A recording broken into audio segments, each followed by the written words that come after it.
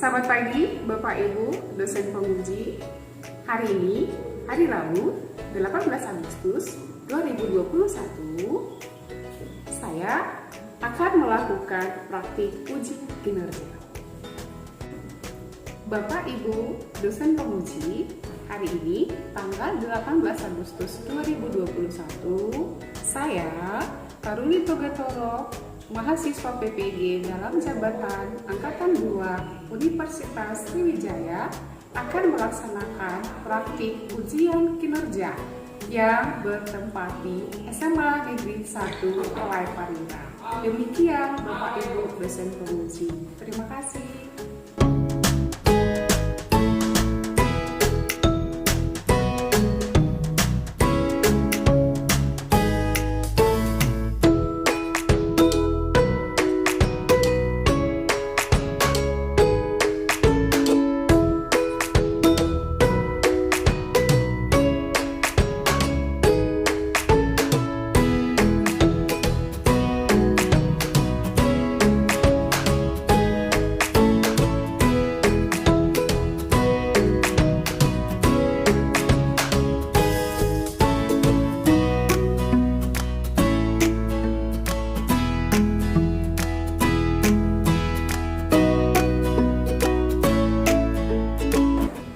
Berdiri. Siap.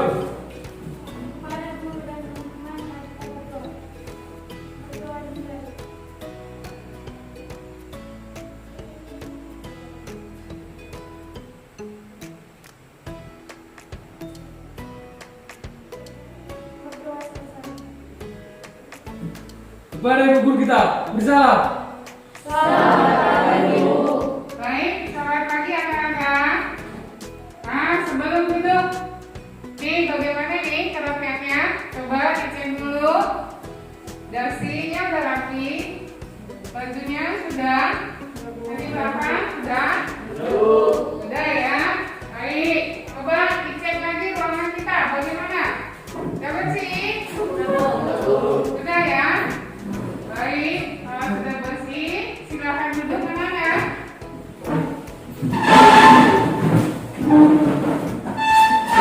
Ya, anak-anak, bagaimana kabarnya hari ini? Baik, Bu. Sehat semua ya? Sehat, Bu. Oke, terima kasih. Nah, tadi anak-anak saya suruh cek kerapian, juga cek kebersihan ruangan, ya kan? Nah, kita harus selalu bersih, ya. Biasakan kita harus bersih, karena dengan bersih kita pasti sehat dan kita juga pasti merasa nyaman. Oke ya anak-anak ya. Baik. Nah, hari ini sebelum memulai pembelajaran, saya akan memeriksa kehadiran kalian dulu ya. Saya cek dulu.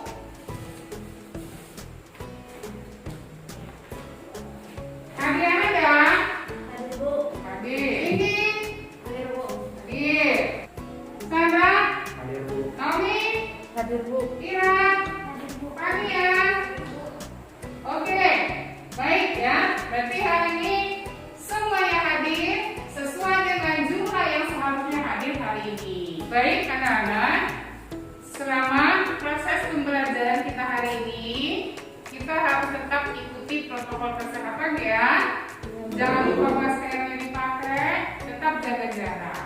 Saya, iya, biar kita terhindar dari sakit COVID-19 ini, kita selalu sehat. Udah ya? Bisa? Baik. Nah, sekarang coba perhatikan nih di layar. Sudah? Coba perhatikan ini yang di layar. Anak-anak, bisa yang di belakang bisa kelihatan kamu ya? Bisa, Bu. Bisa ya. Ada di sini ada dua pertanyaan. Nah, kenapa ya nasi yang kita punya agak lama itu terasa manis? Bu. Wah, ya silakan Yuki. Karena di mulut mengandung enzim amilase, Bu, sehingga amilase pada nasi tersebut juga menjadi glukosa sehingga terasa manis.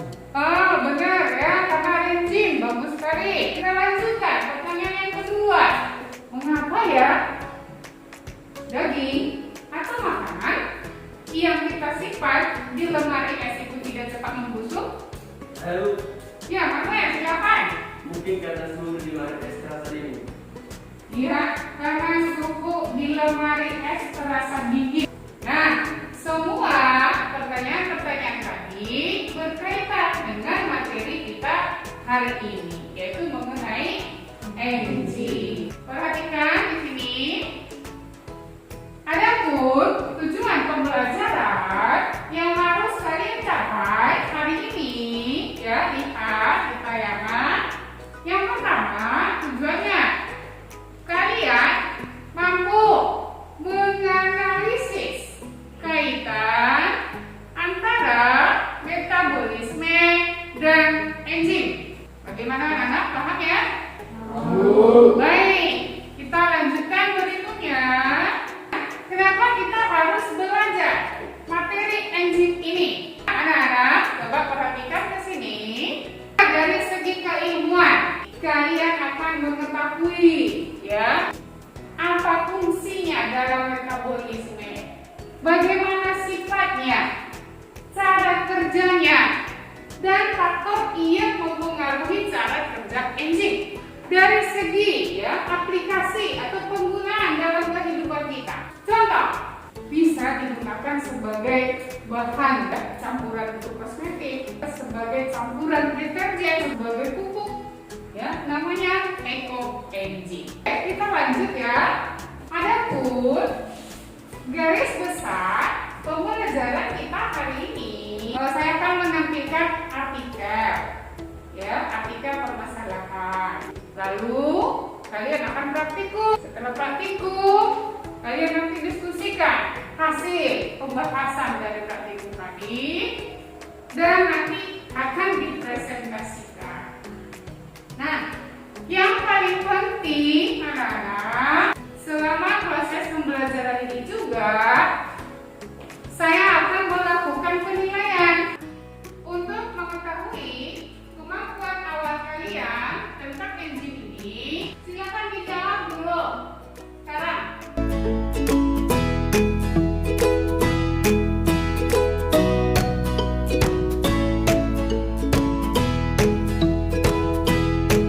Nah, ini ada yang menjawab ya. Apa fungsi enzim dalam tubuh? Oke. Ya, ada sebagai katalisator, mempercepat reaksi. Sudah, oke. Membantu percepatan reaksi biologis. Baik. Pertanyaan yang kedua, faktor yang mempengaruhi cara kerja enzim katalase, pH dan suhu. Oke, nah, coba perhatikan dulu ya. Nama ini yang di belakang kelihatan? Baik. Setelah membaca artikel tadi, bagaimana anak? Sudah paham? Ada yang masih mau ditanyakan? Oh, baik. Silakan Bu Raja. Apa pertanyaannya? Yang lain? Bertanya apa yang bisa? Iya. Oke, silakan nanti. Bagaimana cara mengatasi apokalasemia, Bu? Yang lain ada lagi? Oh, tanya. Silakan tanya. Bu, apokalasemia itu apakah bisa menyebabkan kematian pada diri? Semua pertanyaan kalian yang tadi sama permasalahan yang di artikel ini akan kalian selesaikan. Sekarang kalian akan praktikum. Anak-anak, untuk praktikum kalian akan saya bagi menjadi beberapa kelompok. Kelompok 1, Adriana, Sandra, Maria, Juli. Kita akan praktikum secara berkelompok. Untuk itu, kalian duduk sesuai dengan kelompok yang masing-masing. Silakan.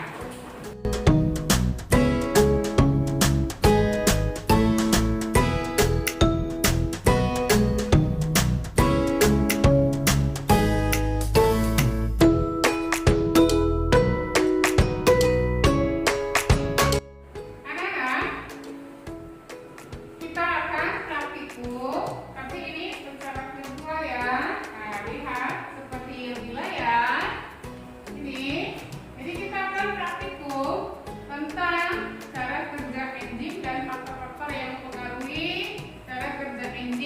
kata lase.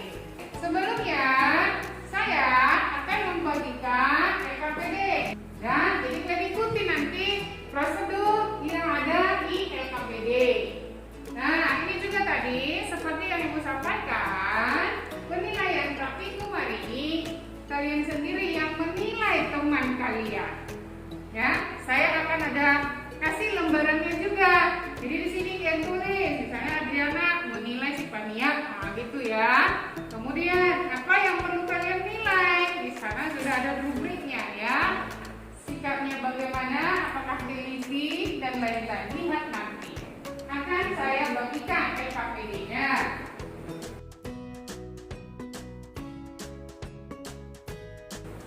Baik, sudah. LKPD sama lembar penilaian sudah. Sekarang kita akan melakukan praktikum. Ayo dipastikan semua laptopnya sudah ada. Sudah ada?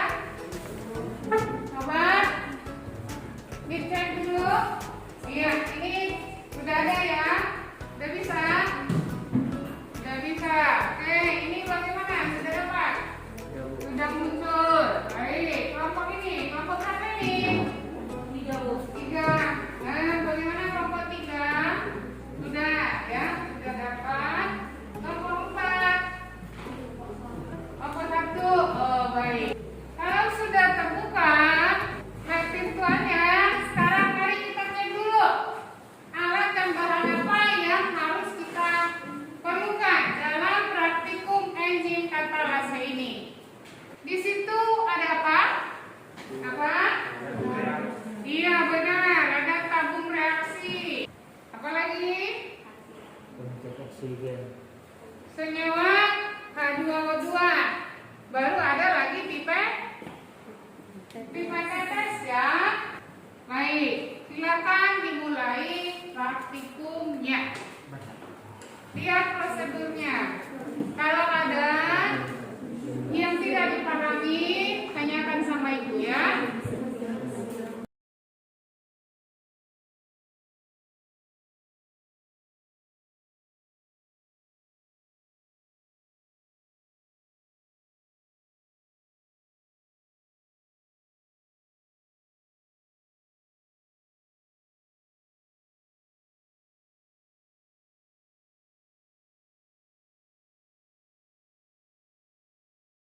Anak-anak, bagaimana praktikumnya?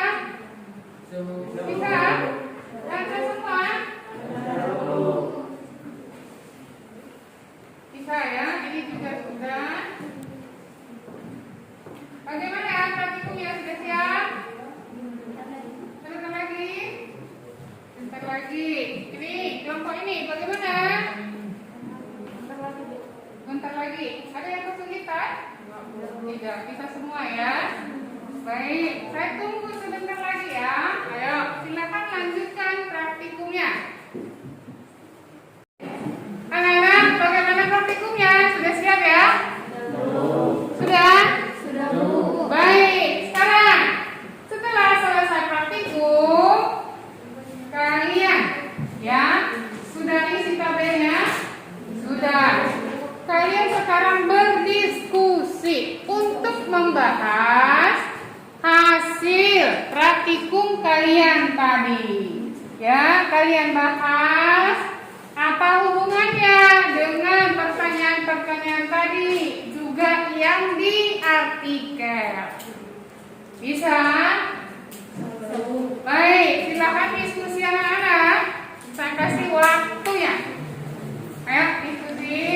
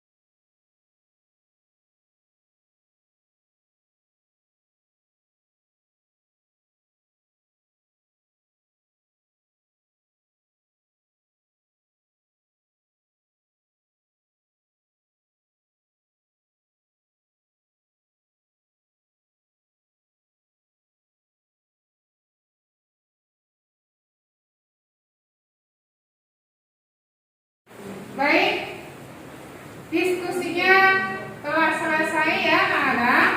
Sudah ada kan hasilnya? Sudah. Nah, sekarang waktunya kalian akan presentasi. Sudah. Nah, untuk presentasi tetap jaga jarak, nanti ikuti protokol kesehatan. Sudah. Nah, jadi hanya perwakilannya saja yang maju. Perwakilan dari tiap kelompok. Baik, untuk kesempatan pertama, kelompok mana duluan yang mau presentasi? Oh, baik, ini kelompok berapa nih ya? Kelompok 3. Kelompok 3 mau maju duluan. Silakan.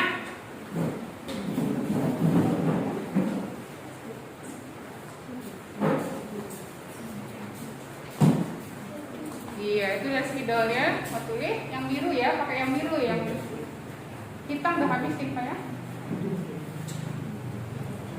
Silakan. Kami dari kelompok 3 akan mempresentasikan hasil dari praktikum dan pembahasan kelompok kami. Pada percobaan pertama, tabung reaksi 1, suhu 25 derajat Celcius, pH 2, tidak ada gelembung, nyala api tidak ada oksigen. Pada tabung reaksi 2, suhu 25 derajat Celcius, pH 7, ada gelembung, nyala api ada, dan oksigen ada. Demikian hasil dari presentasi kelompok kami. Boleh duduk ini kembali ke kelompoknya.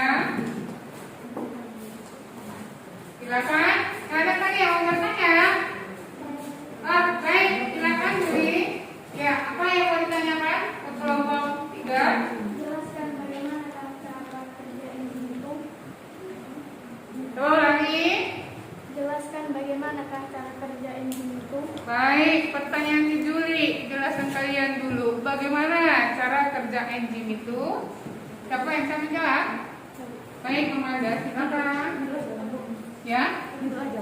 Oh, nggak apa-apa kalau berdiri. Cara kerja enzim itu ada dua, yaitu menurut teori lock and key dan teori induced speed. Itu tadi jawabannya ya. Jadi cara kerja enzim katanya ada dua, lock and key sama induced speed. Bagaimana? Kelompok yang lain, mohon perhatikan dulu. Gimana? Oke, jadi itu ya. Ada lagi yang mau bertanya? Tidak ada lagi. Itu tadi jawaban kelompok 3 ya. Jadi ada dua katanya. Bagaimana? Masih belum ya? Masih kurang ini? Belum pahami? Baik ya. Nah, anak-anak, jadi benar ya. Cara kerja enzim itu pada umumnya ada dua. Ya. Yang pertama adalah teori lock and key atau teori kunci dengan gembok. Ya. Apa namanya kunci? Namanya kunci A. Oke. Jadi kalau dia teori lock and key, ya, jadi kunci itu kita ibaratkan sebagai substrat. Ya, gemboknya kita ibaratkan sebagai enzim. Ya. Jadi enzim itu ya, enzim punya sisi aktif. Jadi nanti substratnya melekat pada sisi aktif enzim. Nah, jadi substrat yang cocok nanti akan melekat pada sisi aktif enzim. Yang kedua, ada yang namanya teori induced speed atau teori kecocokan induksi. Teori ini mengatakan bahwa enzim itu punya sisi aktif, ya, punya sisi aktif, dan substratnya itu melekat ke bagian sisi aktif, dan bagian sisi aktif enzim itu lebih fleksibel, ya, sehingga substratnya bisa lebih mudah memasuki sisi aktif enzim. Oke, coba perhatikan ke sini manual ya saya, apa? Sini ya. Nah, di sini saya punya ini mainan anak-anak ya. Pernah nggak main kayak gini? Apa main Lego ya? Oke. Nah, ini teori induced speed ya. Jadi ini kita contohkan ini sebagai enzim. Sudah? Nah, ini enzim katalase. Oke, ini enzim katalase kita misalkan, jadi dia punya sisi aktif. Sisi aktifnya itu nanti bisa berikatan dengan substrat. Nah, dalam percobaan ini yang menjadi enzim tadi enzim katalase yang terdapat pada hati ayam ya. Kemudian ini substratnya itu apa? H2O2, hidrogen peroksida.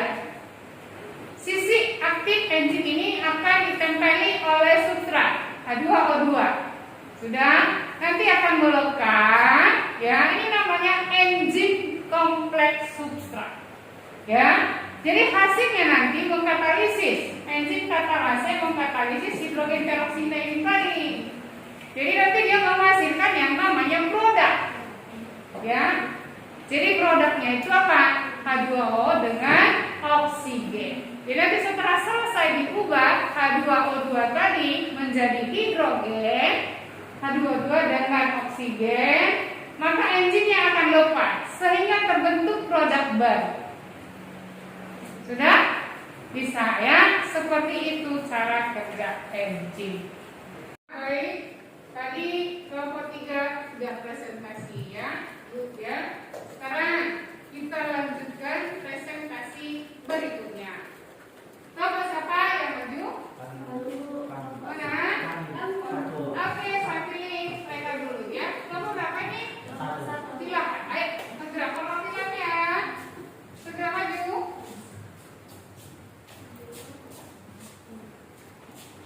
Silakan. Selamat pagi semua. Di sini kami akan mempresentasikan hasil diskusi kami. Dalam percobaan pertama kami saksikan 1, suhu 25 derajat. Beberapa faktor yang mempengaruhi cara kerja enzim katalase yaitu yang pertama suhu, yang kedua pH, yang ketiga penghambat atau inhibitor. Demikian melakukan presentasi kami. Baik. Kelompok 1 sudah siap presentasi ya. Dengan ini lihat tabelnya hasil percobaannya. Rata-rata sama ya. Baik. Nah, kalau ada yang mau menanggapi atau bertanya terhadap kelompok 1, silakan. Baik, belajar silakan. Pada percobaan tadi kita menggunakan hati ayam. Kenapa kita menggunakan hati ayam? Apakah di hati ayam terdapat enzim katalase? Bisa ya? Oh ya, nih kelompok 1 siapa yang menjawab? Baik, silakan Sandra. Karena di hati ayam itu banyak dijumpai enzim katalase. Di jantung, di ginjal juga ada. Bagaimana? Bisa ya? Oke, ada lagi yang lain untuk bertanya ke kelompok 1? Tidak ada. Benar ya, seperti penjelasan di Sandra tadi. Enzim katalase itu ya diperlukan dalam mengkatalisis hidrogen peroksida. Ya, enzim katalase itu banyak terdapat di ya sel-hati. Sudah di tempat yang lain juga ada, ya, di ginjal, sudah di jantung.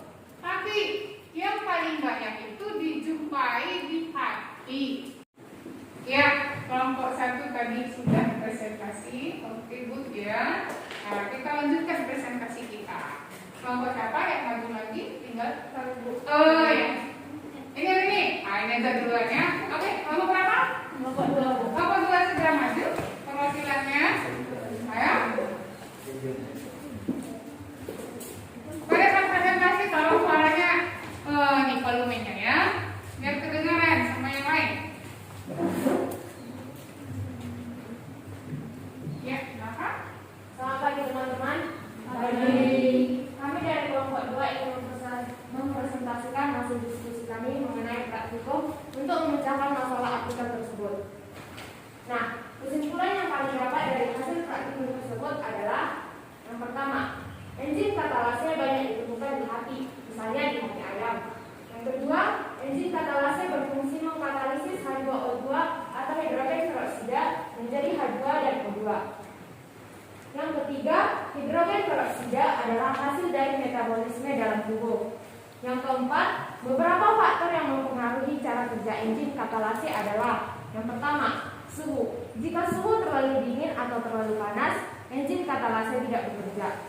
Yang kedua, pH. Pada pH yang terlalu asam atau basa, enzim katalase tidak bekerja. Yang ketiga, penghambat atau inhibitor. Enzim katalase juga tidak bekerja jika terdapat inhibitor atau penghambat. Yang keempat, enzim katalase didapatkan dari hati ayam. Yang bertindak sebagai substrat adalah H2O2 atau hidrogen peroksida. Produknya adalah oksigen dan air. Demikian hasil diskusi kami. Kelompok yang lain? Ada yang mau bertanya atau ada yang mau menanggapi?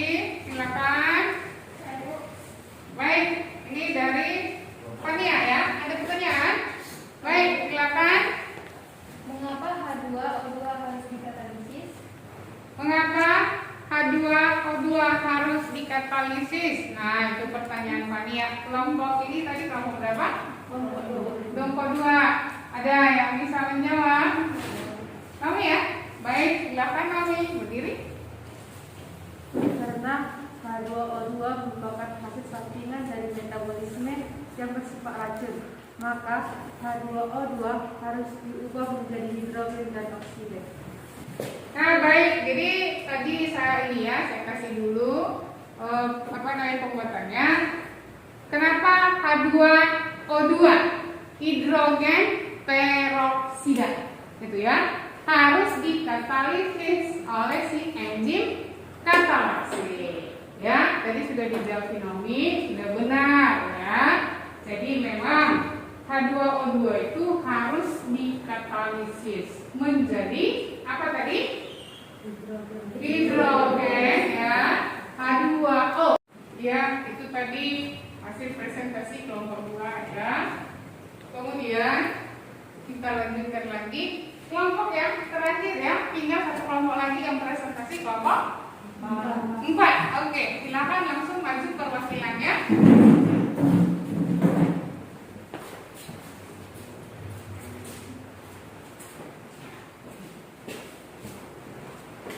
Selamat pagi untuk teman-teman. Kami dari kelompok 4 akan mempresentasikan hasil dari percobaan kami. Sebelum itu, saya akan menjelaskan apa itu enzim. Enzim merupakan biokatalisator, yaitu senyawa yang membantu, mempermudah dan mempercepat reaksi kimia dalam sel hidup, tetapi tidak ikut dalam hasil reaksi.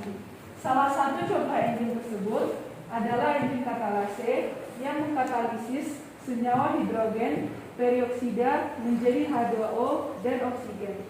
Faktor yang mempengaruhi enzim yaitu suhu, pH, dan konsentrasi enzim dan substrat, dan beberapa faktor lainnya.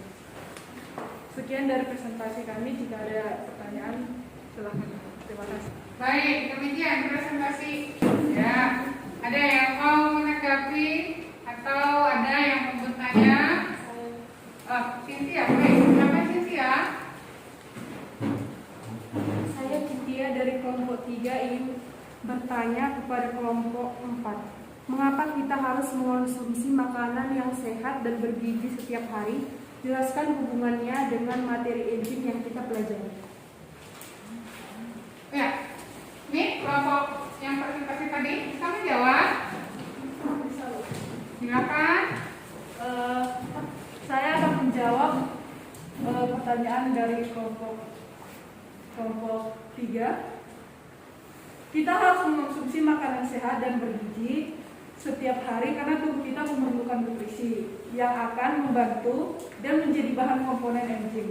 Misalnya vitamin B1, dan hubungannya dengan komponen enzim yaitu koenzim, yaitu agar tubuh kita berfungsi secara normal. Koenzim bertanggung jawab untuk membantu organ agar bisa menjalankan fungsinya masing-masing. Terima kasih.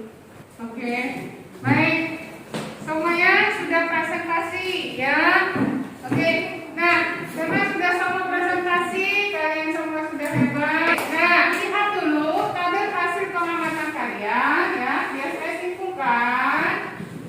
Ya, ini lihat pada percobaan pertama, yang kita lihat di sini ya, di sini ada HCl kan? Nah, HCl itu Jadi kalau nanti kita cek pH-nya itu ada di sekitar 2, kan gitu ya. Nah, jika kita tetes H2O2, enzim katalase di hati ayam itu tidak bekerja. Tadi sudah selesai presentasi. Masih ada yang mau bertanya, yang belum dipahami tentang materinya? Sudah paham semua? Sudah ya? Baik, kalau tidak ada lagi yang mau bertanya, sekarang kita tiba pada kesimpulan pembelajaran kita hari ini. Nah, tadi tujuan pembelajarannya, coba ini perhatikan. Tadi ada 4 tujuan pembelajarannya, ya kan? Nah, yang pertama, kaitan antara metabolisme itu apa? Yang kedua, apa sifat, struktur, cara kerja enzim? Yang ketiga, faktor-faktor apa yang mempengaruhi cara kerja enzim? Siapa yang bisa menyimpulkan pembelajaran kita hari ini? Ada? Siapa yang bisa menyimpulkan? Baik, bisa, silakan. Metabolisme adalah keseluruhan reaksi kimia yang terjadi pada tubuh organisme. Proses metabolisme membutuhkan enzim, maka dikatakan metabolisme merupakan reaksi enzimatik. Berikutnya, siapa lagi? Ayo, silakan. Enzim merupakan senyawa protein yang berfungsi sebagai katalisator reaksi-reaksi kimia yang terjadi dalam makhluk hidup. Enzim disebut sebagai biokatalisator. Tanpa adanya enzim, reaksi kimia akan berjalan salah. Terima kasih. Ya, jadi enzim itu biokatalisator. Dengan adanya enzim, maka reaksi metabolisme akan berjalan cepat. Baik, yang lain lagi. Siapa yang bisa membuat kesimpulan pembelajaran kita? Saya Bu. Baik, Ira, silakan. Saya dari kelompok 3 ingin menyimpulkan tentang enzim di mana enzim katalase diperlukan dalam tubuh untuk memecahkan hidrogen peroksida menjadi air dan oksigen karena hidrogen peroksida bersifat racun. Iya, jadi hidrogen peroksida itu bersifat racun dalam tubuh sehingga harus dikatalisir. Oke, nah untuk kesimpulan berikutnya, apa yang bisa kesimpulan berikutnya? Boleh yang ada? Boleh, silakan. Kesimpulan dari kami, jika kadar enzim katalase dalam tubuh berkurang, maka akan menyebabkan gangguan. Contohnya akatalasemi. Iya, seperti artikel tadi, ya. Jadi kalau enzim katalase kadarnya berkurang dalam tubuh bisa mengakibatkan kelainan, ya. Contoh di artikel tadi apa? Akatalasemia. Sudah? Ya, anak-anak, tadi kita sudah sampai kesimpulan materi kita, ya kan? Nah, tadi juga di awal ada cek uji kemampuan tadi ya, ada pretest kita. Oke, sekarang saya mau melihat bagaimana kemampuan akhir kalian setelah belajar mengenai enzim ini tadi. Dan jadi ada beberapa pertanyaan, boleh dibuka HP-nya. Ya, silakan dibuka HP-nya. Masuk ke slido.com. Sudah. Sekarang pertanyaannya. Silakan dijawab. Ini.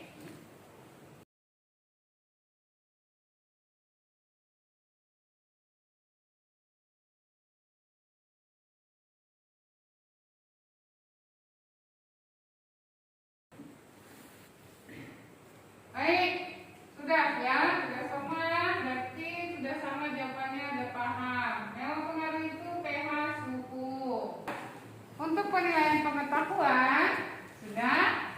Sekarang coba di WA sudah ada Ibu share link untuk kuis. Link kuisnya boleh diklik, langsung dikerjakan.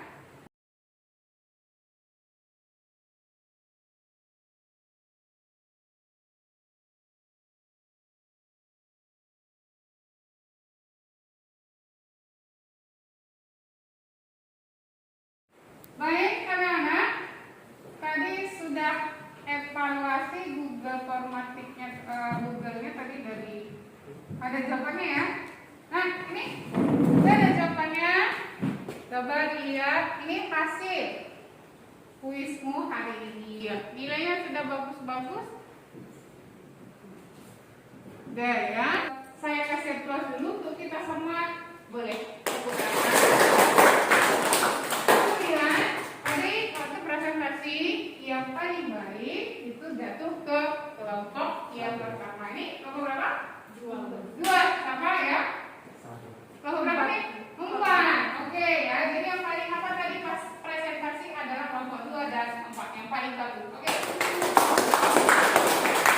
Ya, kemudian juga untuk nilai kuis yang paling tinggi. Oke, ada sama ya beberapa orang. Tapi ada Kevin, Cynthia, Nuraja, Amanda, Ella, Dia, si kakak ini Fania. Oke, tepuk tangan dulu. Bagaimana pengalaman kalian belajar hari ini? Apa yang kalian rasakan? Bagaimana? Adakah sesuatu yang perlu kita perbaiki? Ayo. Ya, Kevin ya. Oke, boleh. Ini duluan ya. Oke, Kevin duluan. Silakan Kevin. Belajar hari itu saya tenang dan bersemangat. Nah, itu tadi pengalaman si Kevin ya untuk pembelajaran hari ini. Yang lain masih ada kah?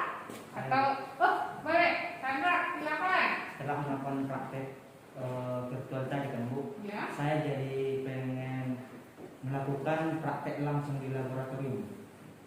Iya, berarti itu perbaikan ke depannya maksudnya kita praktikum langsung di laboratorium ya. Iya, anak-anak sebenarnya ibu pun ya merasa dan maunya ya pengennya itu belajarnya praktikumnya itu di laboratorium ya. Namun karena keterbatasan sekolah kita, saya mohon maaf saya tidak bisa menyediakan bahan praktikumnya tadi. Jadi nanti semoga kedepannya sudah lebih baik lagi sekolah kita bisa berpraktikum langsung di laboratorium. Begitu ya. Ya, terima kasih masukannya ya Sandra. Baik anak-anak, itulah akhir pembelajaran kita hari ini. Ingat tugasnya ya, jangan lupa nanti untuk menyusun laporan tentang praktikum enzim katalase tadi. Nah, untuk materi kita minggu depan ya itu mengenai fotosintesis. Sudah? Baik, anak-anak. Demikian pembelajaran kita hari ini. Untuk mengakhirinya, ayo ketua kelas.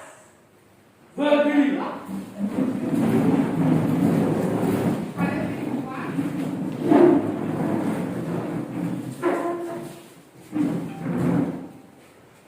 Ya, pimpin doa penutup. Semuanya mari kita berdoa.